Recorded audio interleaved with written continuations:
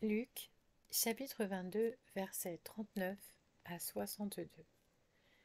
Il sortit et se rendit comme d'habitude au mont des Oliviers. Ses disciples le suivirent. Lorsqu'il fut arrivé à cet endroit, il leur dit : « Priez, pour ne pas céder à la tentation. » Puis il s'éloigna d'eux à la distance d'environ un jet de pierre, se mit à genoux et pria en disant : « Père, si tu voulais éloigner de moi cette coupe, toutefois, que ce ne soit pas ma volonté qui se fasse, mais la tienne. » Alors un ange lui apparut du ciel pour le fortifier. Saisi d'angoisse, Jésus priait avec plus d'insistance, et sa sueur devint comme des caillots de sang qui tombaient par terre. Après avoir prié, il se releva et vint vers les disciples, qu'il trouva endormis de tristesse. Alors il leur dit : « Pourquoi dormez-vous ? Levez-vous et priez pour ne pas céder à la tentation. » Il parlait encore quand une foule arriva. Celui qui s'appelait Judas, l'un des 12, marchait devant elle. Il s'approcha de Jésus pour l'embrasser.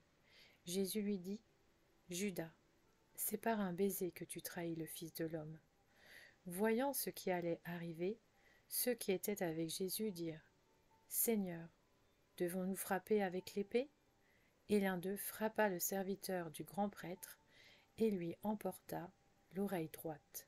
Mais Jésus prit la parole et dit : « Laissez faire, arrêtez. » Puis il toucha l'oreille de cet homme et le guérit.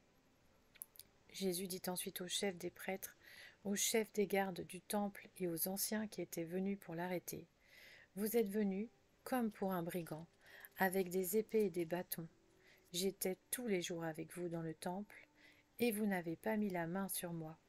Mais c'est maintenant votre heure et celle du pouvoir des ténèbres. » Après avoir arrêté Jésus, ils l'emmenèrent et le conduisirent dans la maison du grand prêtre. Pierre suivait de loin. Ils allumèrent un feu au milieu de la cour et s'assirent ensemble. Pierre s'assit au milieu d'eux.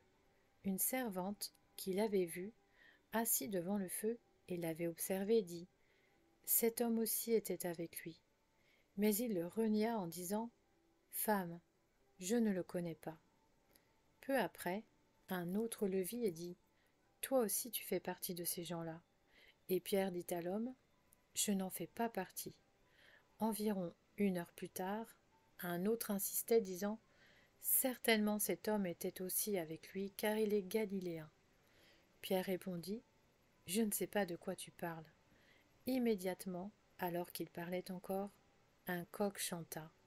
Le Seigneur se retourna et regarda Pierre.